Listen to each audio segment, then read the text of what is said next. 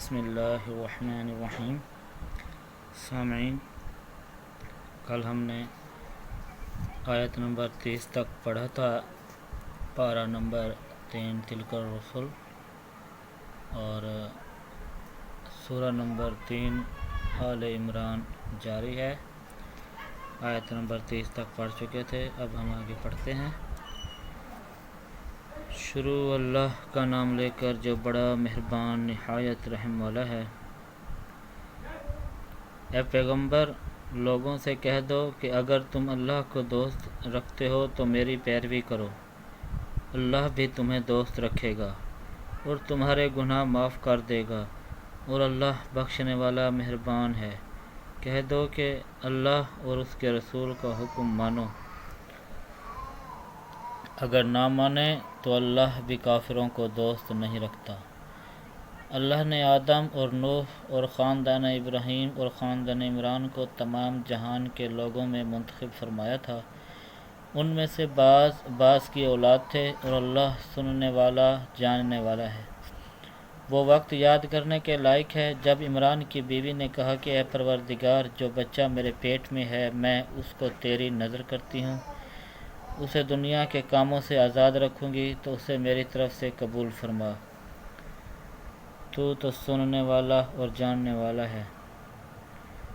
جب ان کے ہاں بچہ ہوا اور جو کچھ ان کے ہاں پیدا ہوا تھا اللہ کو خوب معلوم تھا، تو کہنے لگیں کہ پروردگار، میرے تو لڑکی ہوئی ہے، اور نظر کے لیے لڑکا موزوں تھا کہ وہ لڑکی کی طرح ناتواں نہیں ہوتا، اور میں نے اس کا نام مریم رکھا ہے، اور اس کو اور اس کی اولاد کو شیطان مردود سے تیری پناہ میں دیتی ہوں۔ تو پروردگار نے اس کو پسندیدگی کے ساتھ قبول فرمایا اور اسے اچھی طرح پرورش کیا، اور زکریا کو اس کا متکفل بنایا۔ زکریا جب کبھی عبادت گاہ میں اس کے پاس جاتے تو اس کے پاس کھانا پاتے۔ یہ کیفیت دیکھ کر ایک دن مریم سے پوچھنے لگے کہ مریم، یہ کھانا تمہارے پاس کہاں سے آتا ہے؟ وہ بولی، اللہ کے ہاں سے آتا ہے، بے شک اللہ جسے چاہتا ہے بے حساب رزق دیتا ہے۔ اس وقت زکریا علیہ السلام نے اپنے پروردگار سے دعا کی اور کہا کہ پروردگار، مجھے اپنی جناب سے اولاد صالح عطا فرما، تو بے شک دعا سننے اور قبول کرنے والا ہے۔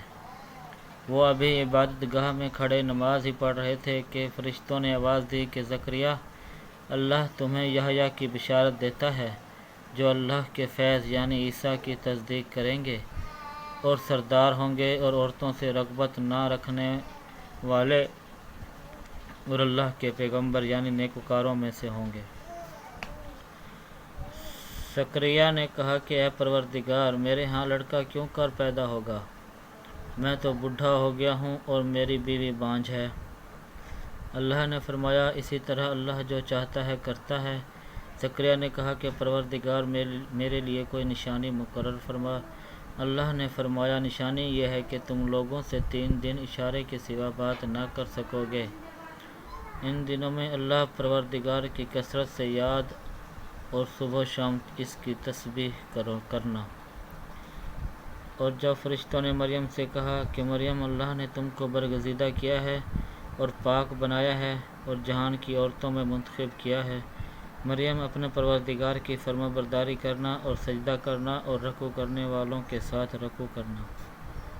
اے محمد صلی اللہ علیہ وآلہ وسلم، یہ باتیں اخبار غیب میں سے ہیں جو ہم تمہارے پاس بھیجتے ہیں، اور جب وہ لوگ اپنے قلم بطور قرعہ ڈال رہے تھے کہ مریم کا متکفل کون بنے تو تم ان کے پاس نہیں تھے، اور نہ اس وقت ہی ان کے پاس تھے جب وہ آپس میں جھگڑ رہے تھے۔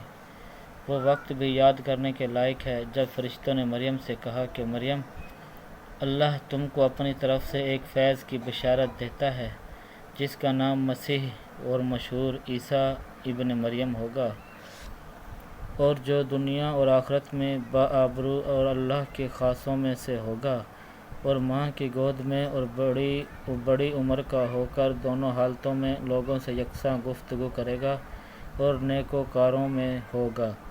مریم نے کہا پروردگار میرے ہاں بچہ کیوں کر ہوگا کہ کسی انسان نے مجھے ہاتھ تک تو لگایا نہیں۔ فرمایا کہ اللہ اسی طرح جو چاہتا ہے پیدا کرتا ہے، جب وہ کوئی کام کرنا چاہتا ہے تو ارشاد فرما دیتا ہے کہ ہو جا تو وہ ہو جاتا ہے، اور وہ انہیں لکھنا پڑھنا اور دانائی اور تورات اور انجیل سکھائے گا۔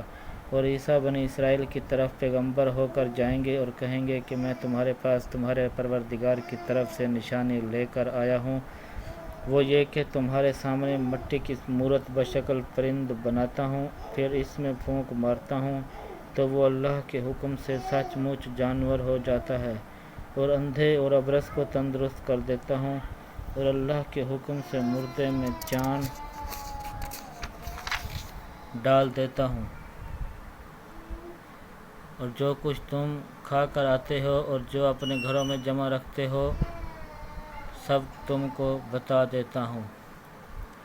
اگر تم صاحب ایمان ہو تو ان باتوں میں تمہارے لیے قدرت اللہ کی نشانی ہے، اور مجھ سے پہلے جو تورات نازل ہوئی تھی اس کی تصدیق بھی کرتا ہوں، اور میں اس لیے بھی آیا ہوں کہ بعض چیزیں جو تم پر حرام تھیں ان کو تمہارے لیے حلال کر دوں، اور میں تو تمہارے پروردگار کی طرف سے نشانی لے کر آیا ہوں، تو اللہ سے ڈرو اور میرا کہا مانو، کچھ شک نہیں کہ اللہ ہی میرا اور تمہارا پروردگار ہے، تو اسی کی عبادت کرو، یہی سیدھا رستہ ہے۔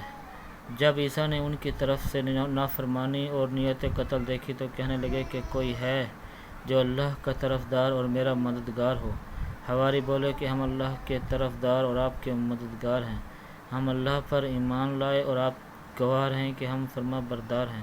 اے پروردگار، جو کتاب تو نے نازل فرمائی ہے ہم اس پر ایمان لے آئے اور تیرے پیغمبر کے متبع ہو چکے، تو ہم کو ماننے والوں میں لکھ رکھ۔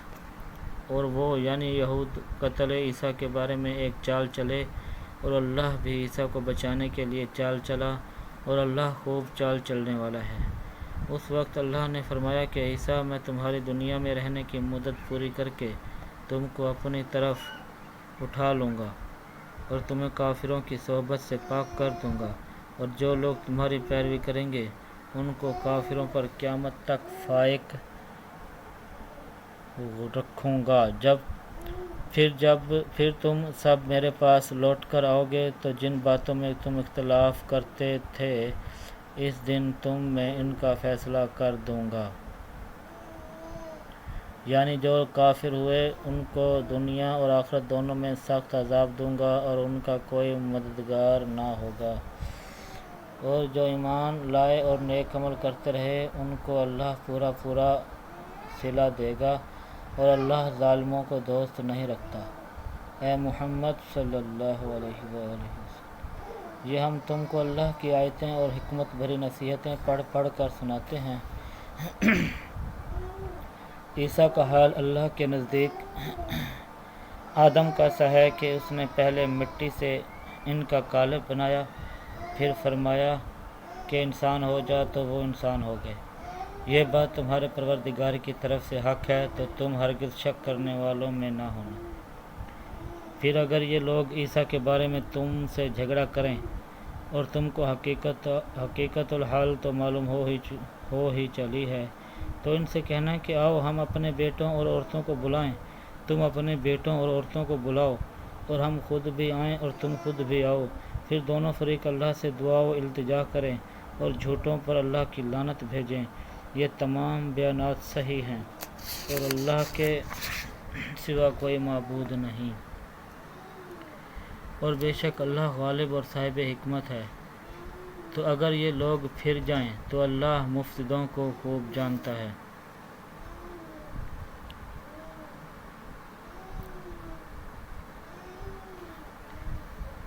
کہہ دو کہ اے اہل کتاب، جو بات ہمارے اور تمہارے دونوں کے درمیان یکساں تسلیم کی گئی ہے اس کی طرف آؤ، وہ یہ کہ اللہ کے سوا ہم کسی کی عبادت نہ کریں اور اس کے ساتھ کسی چیز کو شریک نہ بنائیں، اور ہم میں کوئی کسی کو اللہ کے سوا اپنا کارساز نہ سمجھے۔ اگر یہ لوگ اس بات کو نہ مانیں تو ان سے کہہ دو کہ تم گواہ رہو کہ ہم اللہ کے فرما بردار ہیں۔ اے اہل کتاب، تم ابراہیم کے بارے میں کیوں جھگڑتے ہو، حالانکہ تورات اور انجیل ان کے بعد اتری ہیں اور وہ پہلے ہو چکے، تو کیا تم عقل نہیں رکھتے؟ دیکھو، ایسی بات میں تو تم نے جھگڑا کیا ہی تھا جس کا تمہیں کچھ علم تھا بھی، مگر ایسی بات میں کیوں جھگڑتے ہو جس کا تم کو کچھ بھی علم نہیں، اور اللہ جانتا ہے اور تم نہیں جانتے۔ ابراہیم نہ تو یہودی تھے اور نہ عیسائی، بلکہ سب سے بے تعلق ہو کر ایک اللہ کے ہو رہے تھے اور اسی کے فرما بردار تھے اور مشرکوں میں نہ تھے۔ ابراہیم سے قرب رکھنے والے تو وہ لوگ ہیں جو ان کی پیروی کرتے ہیں، اور یہ پیغمبر آخر الزماں، اور وہ لوگ جو ایمان لائے ہیں، اور اللہ مومنوں کا کارساز ہے۔ اے اہل اسلام، بعض اہل کتاب اس بات کی خواہش رکھتے ہیں کہ تم کو گمراہ کر دیں، مگر یہ تم کو کیا گمراہ کریں گے، اپنے آپ کو ہی گمراہ کر رہے ہیں۔ اے اہل کتاب، تم اللہ کی آیتوں سے کیوں انکار کرتے ہو، اور تم تورات کو مانتے تو ہو۔ اے اہل کتاب، سچ کو جھوٹ کے ساتھ خلط ملط کیوں کرتے ہو، اور حق کو کیوں چھپاتے ہو، اور تم جانتے بھی ہو۔ صدق اللہ العظیم۔